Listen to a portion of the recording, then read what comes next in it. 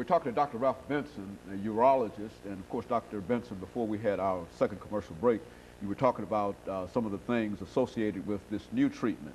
Let's allow you to continue that discussion as well as to talk about some of the national or the magnitude of this as an issue during this last segment of our show. Surely. I think it's important to grasp the magnitude of the problem, not only in the United States, but worldwide.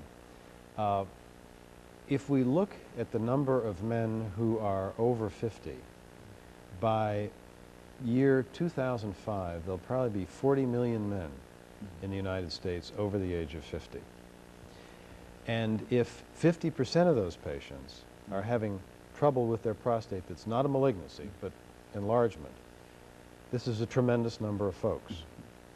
Now, classically, in the past, what we've seen is that probably 75 to 80% of men will say, well, yes, I'm being troubled, but I can manage that and that's okay. Last year, for instance, there were probably 1.5 million men that opted for medication. Those numbers will probably even increase a little bit. I think as awareness of help is there. The transurethral prostatectomy, the gold standard, actually has decreased in numbers. There were probably in 90 to 92, about 500,000 of those operations done a year. That's down to about 250,000 today, I think because of some of the new technologies. But the issue in terms of the magnitude of dollars is enormous. If we look at benign prostatic hyperplasia in the world and what's being spent, it's well in excess of $10 billion. Probably $5 billion in this country alone. And when we look at prostate problems and the transurethral prostatectomy in terms of Medicare dollars, it is the most, the largest category of dollars that's spent certainly on men, and it's almost 2% of the Medicare, total Medicare budget, which is, doesn't sound like much, but it's really an enormous amount. It is. So in the future, as we all age and as we all live longer, this is going to become more and more of a problem. And I think we truly are going to have to look at new treatment modalities that keep us out of the hospital and keep this not an $8,000 to $10,000 operation. So that's why we're all enthusiastic about some of the new modalities. And I think that importantly, and I may change my tune in the future, but I think not, that we really need to translate this into the office as best possible. And I also think we need to look at cost in terms of patients being able to return to work.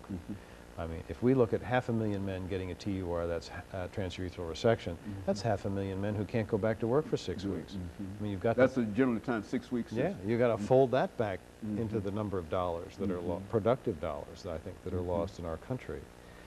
Overseas, this is going to be more and more important.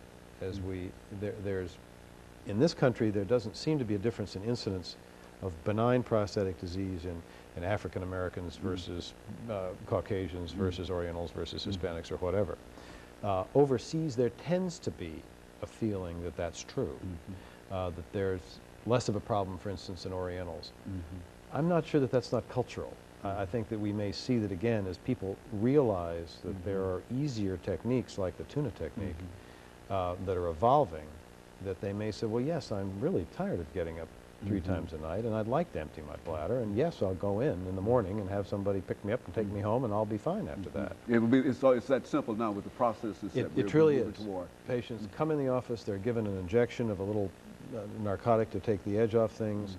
We do a block, we infiltrate around the prostate with a little local anesthetic, and then put a little local anesthetic jelly in the urethra, and we can go up and we can insert the needles without any problem.